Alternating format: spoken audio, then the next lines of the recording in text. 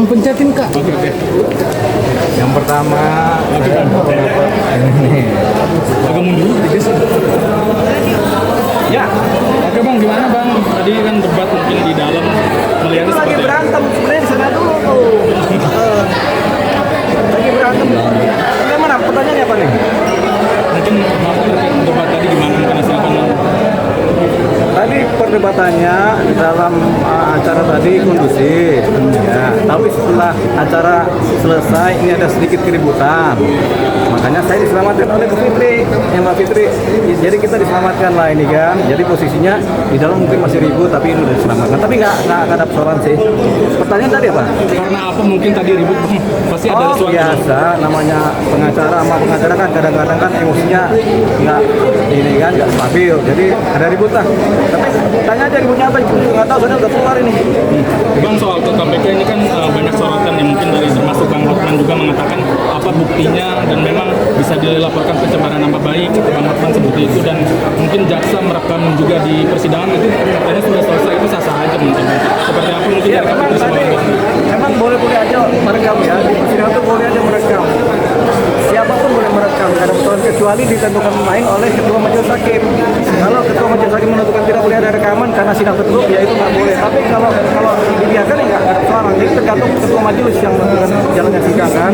Yang pertama, kalau yang mengenai laporan ke KPK itu bukti rekamannya, ya kita nggak tahu isinya apa. Jadi bukti rekamannya itu kan belum tentu juga mengenai penyuapan. Bisa jadi cuma bukti biasa atau ininya juga kita nggak bisa lihat lah ya.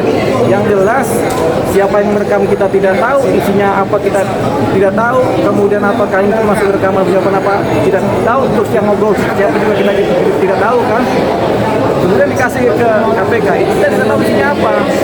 Gitu. Jadi ya ini masih didalami oleh KPK, masih didalamin. Kalau terpenuhi unsur ditingkatkan dari penyidikan, kalau nggak terpenuhi juga pasti ditutup.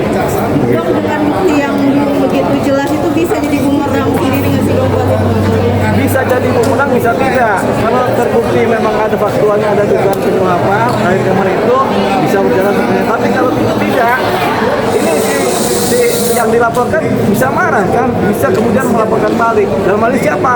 Jaksa dan hakim kan juga begitu. Jadi jaksa masih bisa melaporkan balik ini sebagai pribadi-pribadi yang diduga kan. Jadi ada potensi laporan balik kalau memang laporan yang diajukan ternyata tidak akurat. Gitu. Mbak Fitri mungkin sedikit ada komentar. Mbak Fitri, ya. Kalau saya yakin ya, kalau Bang Dewa kan masih ragu. Kalau saya yakin itu hoax ya, yang diberikan oleh terdakwa itu bukan berita yang harus dipertimbangkan ya. Karena saya meyakini sejuta persen bahwa itu tidak terjadi praktek-praktek seperti yang dituduhkan oleh terdakwa. Karena sudah sangat mengenal terdakwa, bagaimana Kak Fitri sampai yakin? Apa karena sudah sangat mengenal terdakwa atau gimana bisa sampai yakin? Dulu saya mengenal, sekarang saya tidak mengenal. Saya tidak tahu jadi kenapa dia jadi seperti sekarang. Nah, ini kan ada yang mengatakan kalau lebih baik dari Bang Hotman sendiri mengatakan kalau fokus permasalahan dibandingkan adanya keributan yang mungkin Itu betul. Sebetulnya kalau pendapat saya ya, yang tidak mengerti hukum nih, yang dia punya itu sekarang adalah yang dia punya itu cuma harus kelakuan baik, bersikap sopan dan mengikuti perjalanan sidang ini dengan baik. Termasuk pendukungnya ya. Kalau pendukungnya itu memang mendukung idolanya, harusnya dikurangin kericuhan baik di dalam ruangan persidangan atau di dunia maya. Bisa jadi nggak sih Kak Fitri itu upaya dari terdakwa untuk mengaburkan kasusnya yang utama gitu? Semua bisa terjadi. Jadi begini, bisa jadi ini sebagai umpan untuk mengaburkan perkara, bisa jadi juga benar. Namanya kita berada dalam keraguan-raguan kan. Kalau Mbak Fitri ini pasti enggak nih. Kalau saya belum tentu. Tapi kemudian kita kalau ditanya apakah ini bisa mengaburkan suasana, bisa. Kan tujuannya itu. Tapi kan hakim sama jaksa nggak akan terpengaruh dengan begitu. Hakim akan berjalan dalam tracknya, jaksa juga akan berjalan dalam tracknya. Jadi kita biasa aja gitu. Ini semua dinamika dalam persidangan di mana terdakwa kemudian memakai segala jurus. Segala jurus ini segala jurus yang memungkinkan untuk mendapatkan penyelamatan dari posisi terdakwa ini yang disidang ini kan. Tapi nggak apa-apa itu juga memang haknya terdakwa, boleh-boleh aja.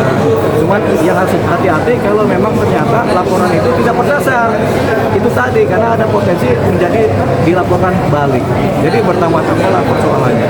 Itu akan memperberat gak sih Bang Niki sendiri untuk secara memperberat itu adalah perilaku di sidang.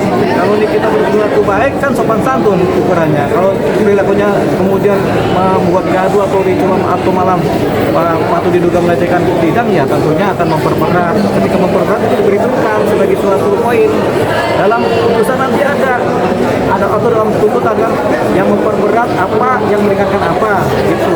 Nah yang memperberat misalnya tidak sopan selama sidang, nah itu akhirnya hukumannya diperberat ya. Jadi potensinya seperti itu. Fitri mungkin soal mau melaporkan Bang sendiri ke Niki ke KPK lapor balik itu benar nggak sih adanya kabar itu? Saya kurang tahu ya, karena itu kan baru kejadian ya dilaporkan. Saya melihat dari posisi lawyernya pelapor ini, mereka lebih fokus kepada fakta persidangan dan jalannya persidangan. Mungkin saat ini belum mau meladeni atau bereaksi atas ulah-ulah dari kubu terdakwa. Itu tadi terkait Pak punya pengalaman.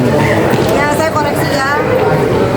Mungkin teman-teman tahu semua bahwa saya ini memang orang timur. Jadi kalau misalnya saya berada di dalam keramaian yang mungkin menurut saudara-saudara saya perlu ditemani, mereka adalah saudara-saudara.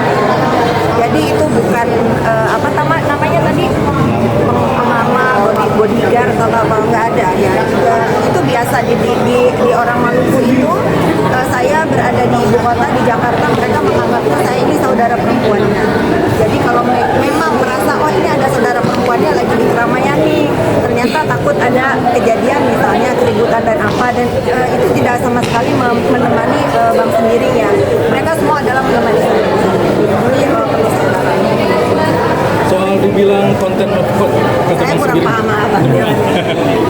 Tadi kan sudah dijelaskan di dalam itu kan. Jadi konten of court itu sebenarnya belum diatur oleh kita, oleh undang-undang belum ada. Dua profesor juga menyatakan demikian. Memang belum ada undang-undang mengenai konten of court. Yang ada adalah pasal-pasal di KUHP. Gitu. Jadi ya kita tidak bisa kemudian menjustifikasi ini konten of court apa tidak karena memang undang-undangnya belum ada. Tapi yang bisa menentukan suatu posisi ini penindakan martabat pengadilan itu adalah majelis hakim sendiri atau ketua pengadilan dalam konteks-konteks dan cara tertentu. Tapi ketika kemudian dipidanakan, yang akan berjalan adalah pasal-pasal KUHP juga, bukan pasal contempt of court. Jadi memang itu persoalannya. Gitu. Nah ini yang kemudian diharapkan ada undang-undang khusus mengenai contempt of court. Gitu. Tapi yang jelas kalau ada undang-undang itu malah lebih sulit lagi, karena setiap persidangan selalu ada yang namanya keributan.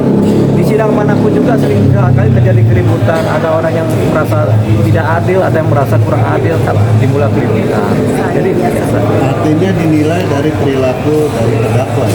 Ya nggak cuma terdakwa, contempt of court itu bisa jadi pengacaranya juga melakukan tindakan pelecehan terhadap sidang bisa jadi gitu kalau konteksnya contempt of court. Tapi kita sebenarnya belum mengenal contempt of court. Yang kita kenal adalah delik-delik biasa di KUHP gitu, di mana ada orang dihina, ada orang dirugikan, ada kegiatan-kegiatan yang merusak, ada berantem-berantemnya, itu yang disebut sebagai. Tapi sepatutnya memang kan harus bersikap sopan. Iya, sopan di persidangan tujuannya supaya apa? Supaya nanti dilihat oleh majelis hakim bahwasanya ini memang terdakwa beradab gitu.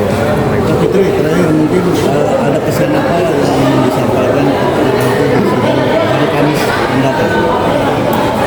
Fokus kepada persidangannya, lebih mendengarkan nasihat hakim, selalu kan ditegur sama majelis hakim yang mulia, terdakwa agar bersemak, terdakwa agar mendengar, biar dia paham. Fokus.